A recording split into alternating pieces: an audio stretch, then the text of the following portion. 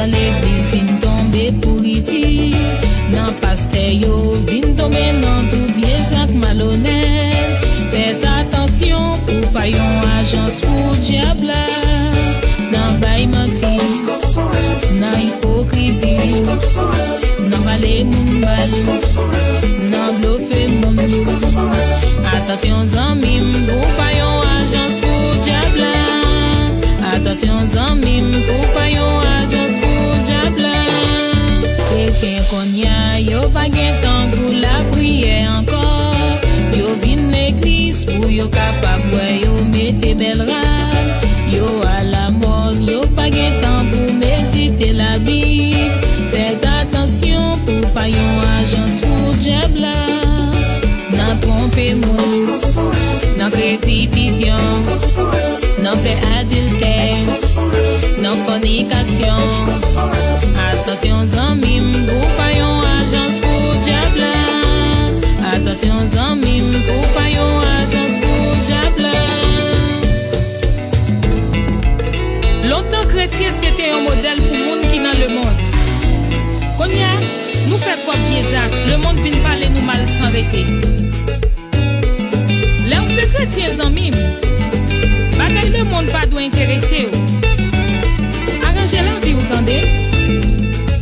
Pour capable yon agence pour Christ.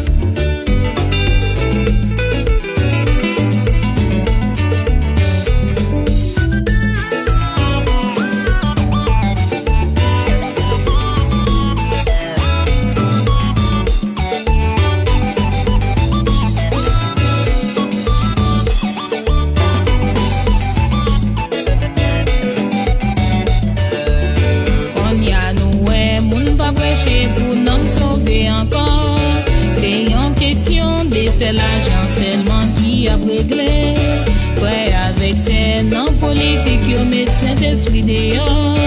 Faites attention pour pas yon agence pour Satan.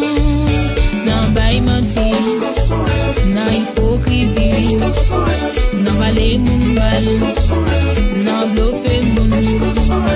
Attention zanmim pour pas yon agence pour diable.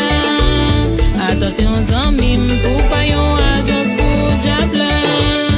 Nan trompe moun, nan crétification, nan fait adultère, nan fornication.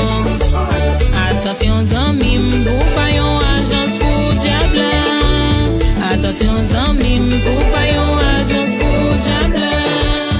Attention zanmim pour pas yon agence pour diable.